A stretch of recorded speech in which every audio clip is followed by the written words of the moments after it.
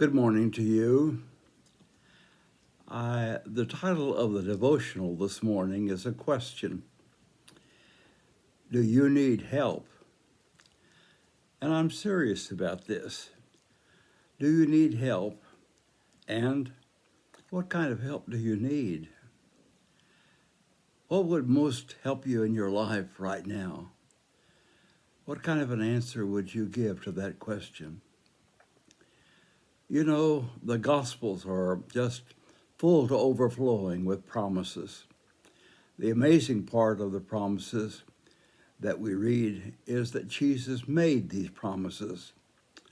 Someone should do a study and find out how many Jesus spoke into existence. How many promises did he make? As many of you know, the 14th chapter of John is in the top 10 finest chapters in all the Gospels. That's my way of looking at it. I continue to search this chapter and plumb its words to find their deepest meaning. This morning I want to look with you at one specific promise that Jesus makes about helping us. As Jesus looks forward to leaving his chosen 12, he tells them some special truths about the future. Let's look at just a few of Jesus' promises before coming to grips with the one promise in particular that I want to lift up.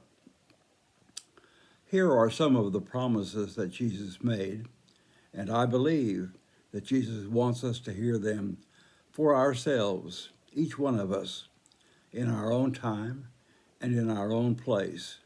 They are meant for each one of us. In my Father's house, there are many dwelling places. If I go and prepare a place for you, I will come again and take you to myself. What a wonderful promise from the lips of Jesus. If you know me, you will know my Father also. Whoever has seen me has seen the Father. If in my name you ask for anything, I will do it. Do you hear those as promises that Jesus made? And can he fulfill his promise? Another one, I will ask the Father, and he will give you another advocate to be with you forever. Let's stop and listen very carefully to this last particular promise. The New Revised Standard Version uses the word advocate to translate the Greek word paraclete. If we look at all the various versions and translations, there are at least 14 different terms or phrases used to help us to hear Jesus' promise in a very human and especially applicable way. The focus most often used, the four words that are mostly used are helper, comforter, advocate, and counselor. And as we listen to those, each one of them has some specific area of application as we think about them. The word helper occurs the most times in the most versions and translations. 1/3 of the total of 60 different translations use the word helper. I'd like for you to think about Jesus as your helper. That's the way I like to think of him for me. Someone who comes alongside, stands beside, which is kind of the meaning of the Greek word paraclete, called to stand beside. In what kind of situation in our lives do we need the help of a friend who really cares for us and wants to be a very special help to us?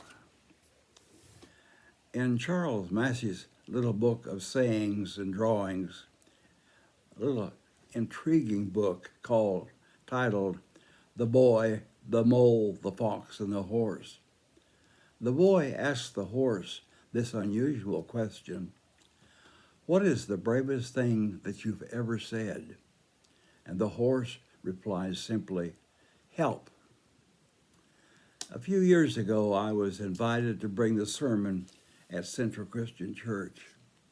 This was a signal honor for me, and I worked extremely hard to say something that I thought was vital and significant. One evening I was working very, very hard and felt feeling a lot of pressure within myself to say just the very best good news that I could. I sat still for a few moments, and during that time I heard this voice within me speak to me. The words were, "Bill, I'm going to help you." The message was clear. I don't often have experiences like that, so this was very unusual for me. Looking back, I felt guided and led in both the preparation for and the delivery of that particular sermon. The title of the sermon was, "What Does God Look Like?" That was a daunting and formidable goal to preach on. The second and most translated term is the term or word comforter, a very special help in terms of disappointment, failure, separation, divorce, guilt, and especially the death of a loved one. What more could I ask from Jesus than to come and stand beside me, put his arm around me, and say, "I want to comfort you"? Who's going to be with me during these really tough times in my life? And I know the answer through Jesus' promise. I will be with you. I will stand beside you. I will feel your pain and your heartache, and I will empathize with you. I will feel what you're feeling. What a wonderful promise made to you and me. Do we sometimes feel that we are just at the end of our rope, just hanging on, barely? Jesus' word to each of us is this spoken word: "I will ask the Father, and he will give you another helper to be with you forever." Another helper, just like Jesus? That's exactly what Jesus is saying. I want to suggest an optional term to also consider. The word or term is presence, Presence. When Jesus was alive and on his mission, I believe and feel that he brought a certain presence into his encounters. More than just charisma, his love and caring for every person was felt and communicated. Love does have a special force and power that is evidenced. Charles Wesley, the great hymn writer, captures the essence of presence in the words to his hymn, "Love Divine, All Love Excelling." Let me repeat the first verse of that hymn for you. "Love divine, all love excelling, joy of heaven to earth come down. Fix in us thy humble dwelling, all thy faithful mercies crown. Jesus, thou art all compassion, pure, unbounded love thou art. Visit us with thy salvation, enter every trembling heart." And Jesus promises to do exactly that.